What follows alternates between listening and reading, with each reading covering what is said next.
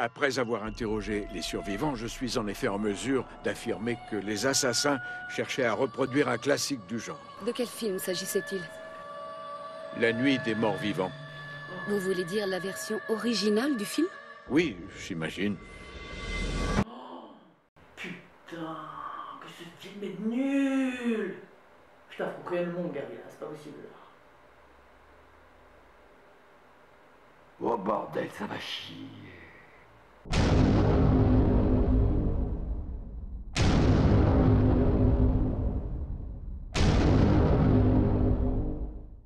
Tout fan de films d'horreur qui se respectent aime les films de zombies. Mais la plupart ne savent pas ce qui différencie un bon d'un mauvais film et qui est à l'origine des meilleurs films de zombies du monde.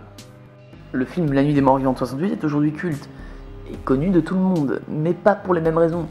Certains sauront que c'est dedans qu'on retrouve les premiers spécimens du zombie moderne, et d'autres se rappelleront plutôt parce que le film n'a pas ramené un sou à ses créateurs. Après avoir changé le nom de son œuvre pour des raisons de droit d'auteur, Romero sort son film en salle sous le titre qu'on lui connaît aujourd'hui, La Nuit des Morts Vivants, mais sans mentionner les nouveaux copyrights, la société de distribution Continental Pictures oubliant tout simplement de les faire figurer sur la pellicule. Le film s'est donc fait copier outrageusement pendant 20 ans avant que l'équipe ne se décide à se réunir de nouveau pour en faire un remake avec George Romero à la production et Tom Savini à la réalisation. La Nuit des Morts Vivants de Romero, et par extension d'ailleurs celui de Savini, a un peu posé les bases de style film d'horreur de zombies actuel, jusqu'à presque devenir l'un des piliers du Je sais que tu vas faire une blague sur le mot pilier, Gary. Si tu l'as fait, je t'abandonne dans une galerie automatique. Connard. Maintes fois copiés mais jamais égalés, ces films ont une telle importance qu'ils ont inspiré jusqu'à la saga Resident Evil en jeu vidéo, qui reprend d'ailleurs beaucoup de l'ambiance et de la mise en scène de ce chef-d'œuvre.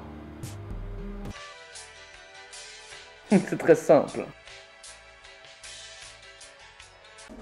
Oh, regardez, ils marchent. Oh, ils sont mignons. Oh. J'ai faim, ce petit barbecue m'a l'air délicieux, n'est-ce pas, Ryan? Alors, on est à Pittsburgh, à côté d'un vieux cimetière. Une maison abandonnée dans la campagne, hein? D'accord. Il y a quelqu'un?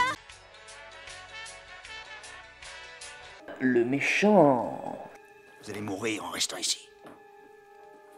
C'est ce qui vous attend. Nous sommes dans la même galère, mais je vous déteste. Vous pourriez peut-être vous mettre à chercher ces clés. Sa femme débile. C'est quoi ces clés? Les clés de cette maudite pompe à essence. Oh, papa, je cherche des clés. Aidez-moi! Hélène, viens dans la cave tout de suite! Le redneck, tout gentil. Ne tirez pas. Ce n'est que nous. Et qui c'est ça, nous? Tom Bittner, c'est moi. Sa femme débile. J'ai trouvé les clés, je les ai! Putain, c'est pas les bonnes clés. Tom! Qu'est-ce que tu fous, nom de Dieu?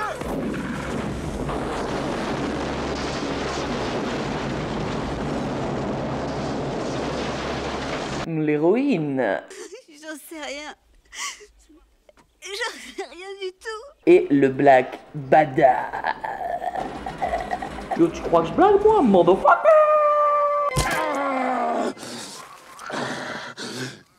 Seigneur, expédie-le en enfer! Soyez maudits tous autant que vous êtes!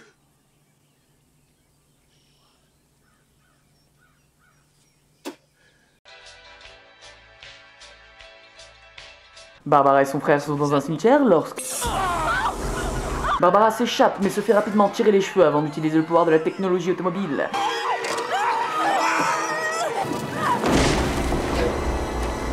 Elle rejoint alors la petite maison dans la prairie parce que, en Pennsylvanie, c'est bien là le meilleur refuge possible. À peine rentrée, la chose de la famille Adams l'accueille pour lui faire peur. Mais heureusement, l'oncle fétide est là pour la rassurer. Oh oui, fais-moi un câlin, bébé. Ben le Black Badass arrive pour lui sauver le fion. Et la mettre à l'abri du danger comme s'il était le fils caché de Bruce Lee et de la princesse Peach.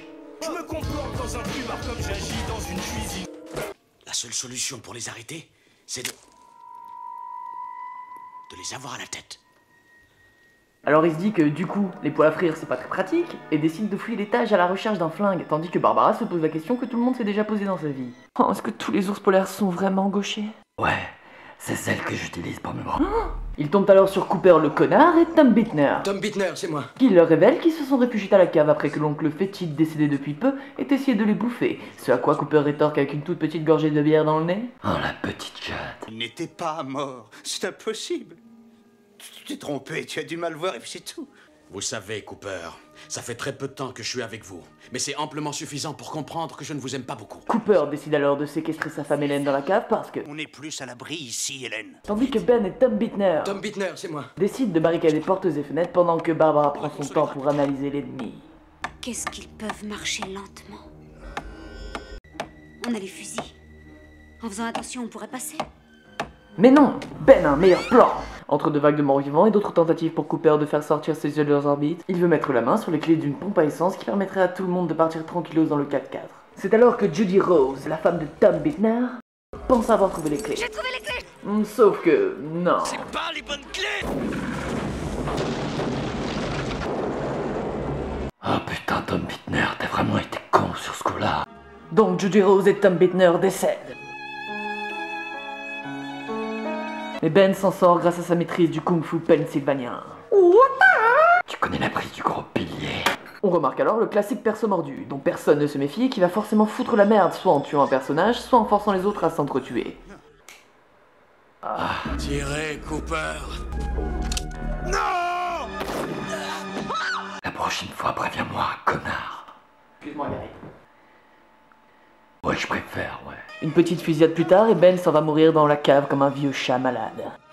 Pendant que Cooper le connard a la merveilleuse idée d'aller se réfugier au grenier. Ouais. C'est marrant, Tom Bittner aurait pu leur dire qu'il y avait un grenier.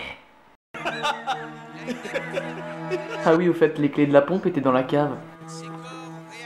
Barbara se décide d'appliquer son propre plan et se rend compte que c'était vraiment jouable et qu'ils auraient tous pu partir gentiment à pied quand ils en avaient l'occasion. Dommage. Mais pas le temps de chouiner, parce que... Attention... Attends... Jack Nicholson! Pouvez nous dire par les couilles de Jupiter ce que vous faites dehors toute seule, ma petite dame? Barbara se réveille le lendemain matin, se rendant compte que tout cela n'était, bien heureusement, qu'un mauvais rêve.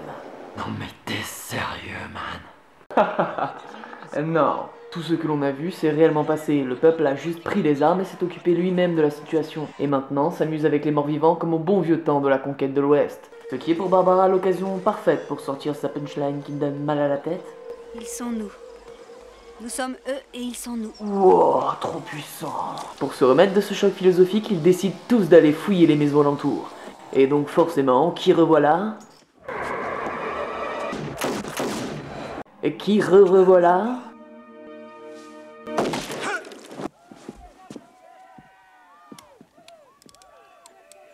Il y en a un autre pour le bûcher. Le film se termine donc sur le dit bûcher, et Barbara qui contemple en se rendant soudainement compte que l'être humain est une saloperie enrobée de saloperie et fourrée à la saloperie.